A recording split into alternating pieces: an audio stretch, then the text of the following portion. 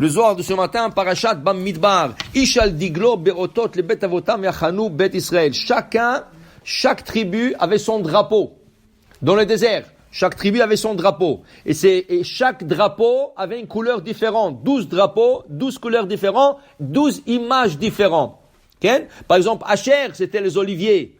Gad, c'est ça, Dan, c'était le serpent. Chez Fifon, c'est le serpent. Okay? Chaque tribu avait un drapeau avec une image différente. Et c'est comme ça qu'il faisait référence au drapeau. Dit ici, le drapeau aussi, chaque pays a un drapeau. C'est comme ça qu'on reconnaît les pays par le drapeau. Ça veut dire que le drapeau, c'est quelque chose très important. Tu te connectes avec le drapeau. Mais c'est un dessin. C'est un emblème. Ça peut être un emblème. Comment? Avodah Zarah seulement si c'est dragon. Quel dragon? Pas le serpent lui-même. Le dragon, pour le Shulchan Aruch, c'est Avodah Zarah. Mais le signe qui ont été donnés à Am Israël, c'est des signes par Hachem. Par la bénédiction de Yaakov. Yaakov, quand il a béni ses enfants, il a dit, Dan, toi tu piques tes ennemis comme un serpent. Il dit, l'autre, tu es comme un zéev, comme un loup. L'autre, il a dit, Yehuda, gourarié, tu es comme un lion. Alors, le signe qui ont été donné de la Torah par Yaakov à ses enfants, c'est les emblèmes qui sont devenus sur leur drapeau.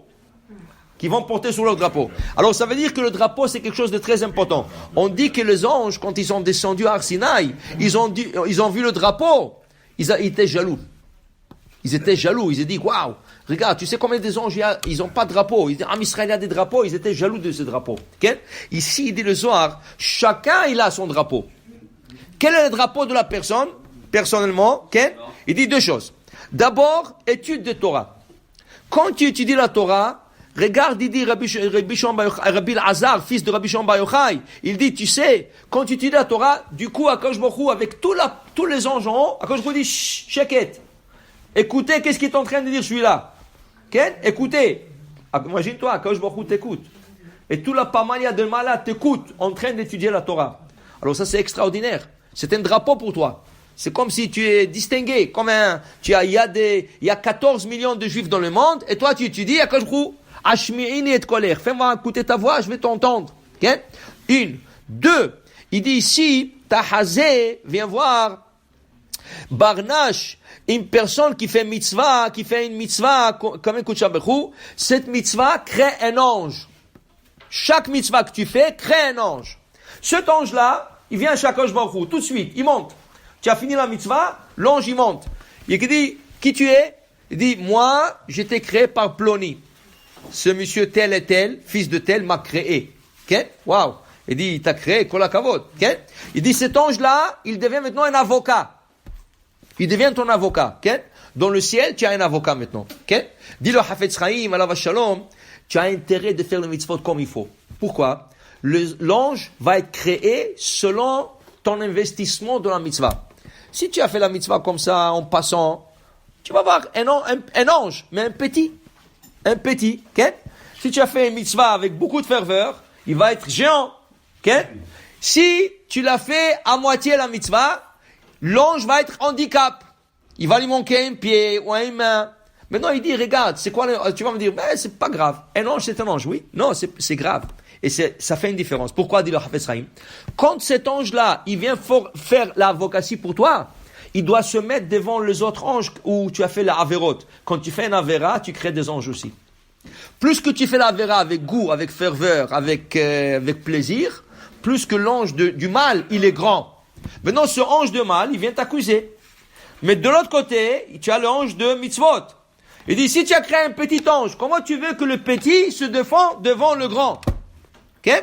Alors il dit, on a intérêt, quand on fait un mitzvah, le faire avec bon cœur, le faire avec ferveur, le faire à 100% comme il faut. Comme ça va être une défense contre l'autre côté du mal. Okay?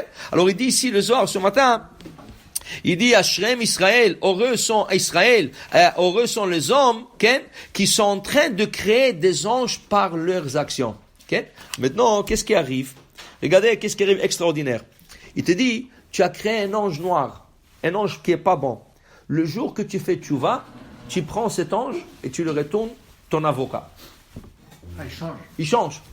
Tu peux le changer.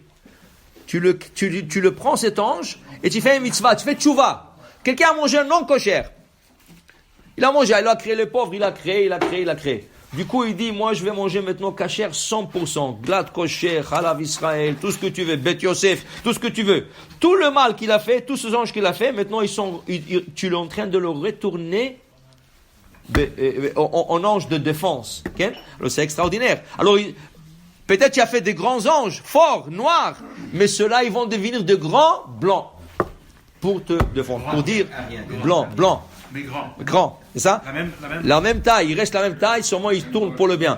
Alors, ça veut dire qu'on a intérêt de faire tchouva pour retourner toutes nos mauvaises actions à des bonnes actions, à des bons défendants. Bon, Amen, ve Amen.